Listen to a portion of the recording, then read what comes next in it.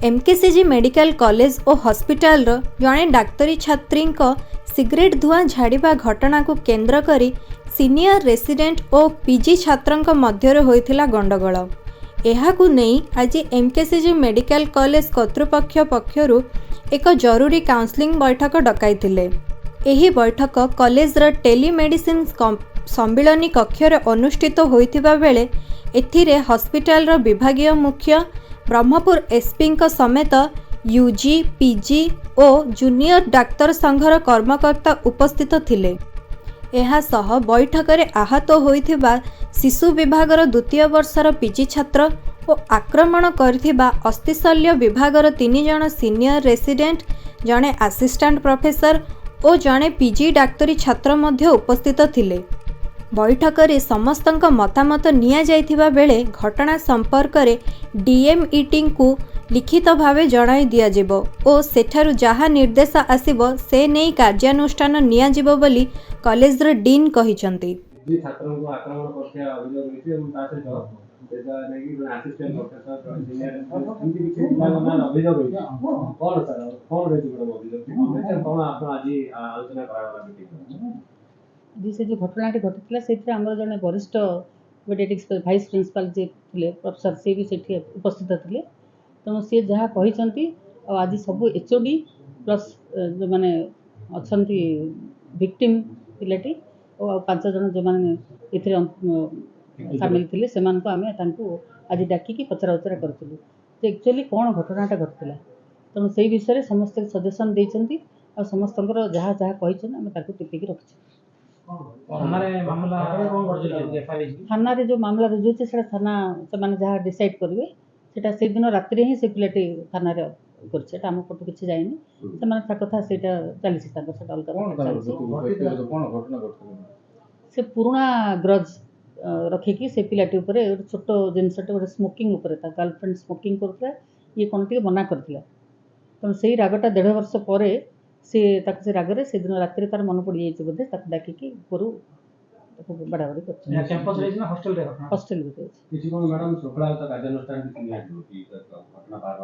आज आम सब जहाँ डिस्कसन कलु सब एचओडी मान आउ से पिला जो मैंने प्रत्यक्षदर्शी थे से पचरागला। तेणु जहाँ सब आम पदक्षेप नेबू ता विषय गोटे आम लेखिकी सजेसन पचारू आम उपरिस्थ डीएमईटी बा सेक्रेटरी को आम लेखिकी दौचु सेठू किसी निर्देश पाइला पर आम तार पदक्षेप पचरागला समस्त पचरागला विक्टिम को पचरागला जो मैंने अंतर्भुक्त थे जो 5 जन पिला से पचरागला हॉस्टल वार्डन को डाकी पचराला जो मैंने जाइए राति रेस्क्यू करने से डाक्तर मान को पचरागला। अब सबू एचओडी मानकर मतामत निला आम सब लिखिकी सजेसन पचारू आम डीएमईटी और सेक्रेटरी को लिखिकी पठेबू निर्देश अनुसार आम पदक्षेप यहाँ तो रेगिंग कहीहबनी ये गोटे पर्सनाल छोट गंडगोल हाथाहाथी होती रेगिंग तो कहीहबनी मत पुराणा कौन राग था तार से नहीं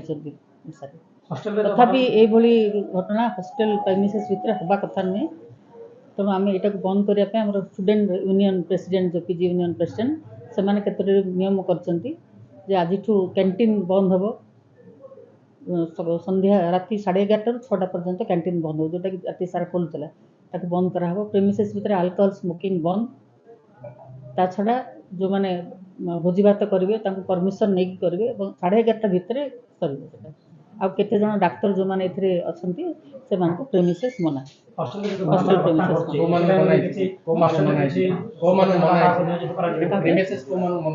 जो पिला ना एलिगेशन आसी हॉस्टल प्रेसिडेंट जी से लिखिक पीजी प्रेसिडेंट लिखिक आम हॉस्टल अलाउ कर PG hostel PG hostel hostel मान 3 नंबर जो घटनाटी कैंटीन बंद कैंटीन को हॉस्टल कैंटीन पीजी 3 हॉस्टल अच्छा पुनरावृत्ति घटना न घटिया हॉस्टल रे किछि सुपरिटेंडेंट वार्डन का नियोजित करा ऑलरेडी वार्डन अच्छी केतक नियमावली आज स्ट्रिक्टली फॉलो कराबो पीजी प्रेसिडेंट लिखिक देइछन्ती सेटा भी समस्त पालन पीजी बात जो माने इन्वॉल्व अछन समान समस्त जहाँ जहाँ करा आम लिखिकी देइछु सजेशन आम निर्देश पाइला पर डीएमईटी वा सेक्रेटरी को जहाँ करा तापर हम पदक्षेप नब